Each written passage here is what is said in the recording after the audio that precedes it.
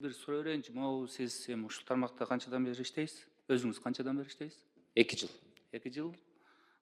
Анда могул мен карап бир сыра ушул мына Бишкектеги автобекетти өнөктөштүк жол менен транспорт министрлиги ишкерлерге берген экен эле. Маалыматыңыз барбы?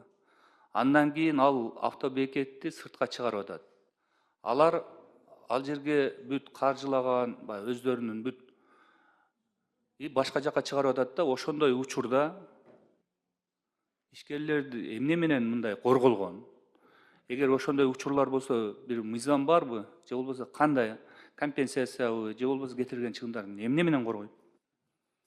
Негизи бүгүнкү күндө бул мыйзам кабыл алгандын эң мындайча айтканда жакшы бир өбөлгөлөрүнүн бири ушул мамлекеттик жеке өнөктөштүн бүгүнкү күндө жакшы өнүгүп жаткан бирден бир бөлүгү бул ошол 2021-жылы мыйзам кабыл алынганда 3 жылдык мораторий киргизилген да. Мамлекеттик жеке өнөктөштү долбоору иштеп жатканда 3 жыл эч кайсы мамлекеттик орган текшерсе болбойт дегенчи. Анан негизи эле деген ошол сиз айтып кеткен автобекет боюнча бул ошол Бишкек шаарынын мындайча айтканда комплекстүү өнүктүрүү максатында даярдалган программанын алкагында ошол шаардан четке чыгаруу каралган. Анан ал ошол сиз айтып жаткан жеке ишкер ошол программаны эске алуу менен өзү бул долбоорду ишке ашыруудан баш тарткан да. Жок, баш тарткан, бирок ал жерге чыгымды алганда, ал чыгымдарды кандай, эмне болгон деп атам? Негизи чыгымдар эмненин негизинде мыйзам барбы теге эле деп атам. Негизи эгерде бул мамлекеттик тараптан мамлекеттик маанидеги стратегиялык маанидеги долбоорлор болуп анан ошонун негизинде эгерде жокко чыгарылса компенсация берилет.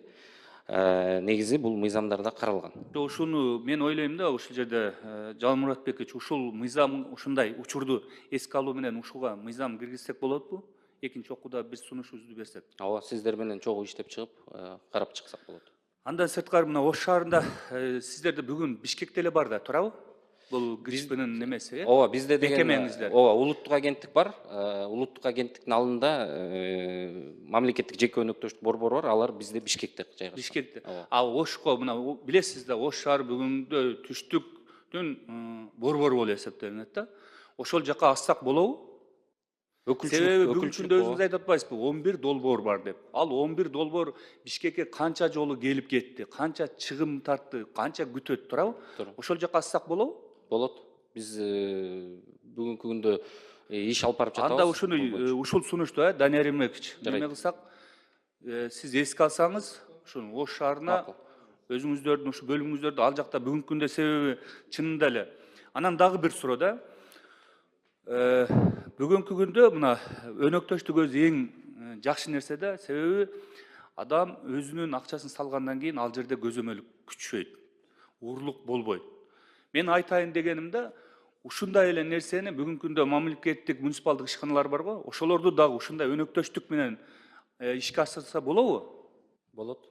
Мисалы үчүн ошол эле суу чарбасын, тазалык чарбаны мисалы үчүн, мына жылуулук чарбасын да, алар бүгүнкү күндө мындайча айтканда өзүн өзү каржылаган эле ишканалар да.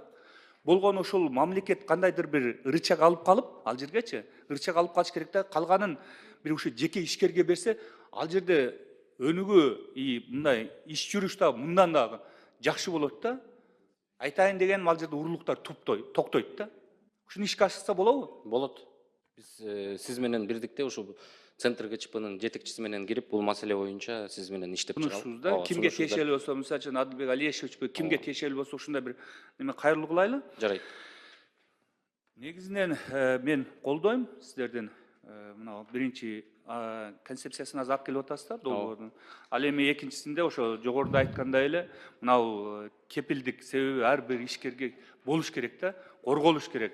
Ал ошондо эми ар кандай болушу мүмкүн да.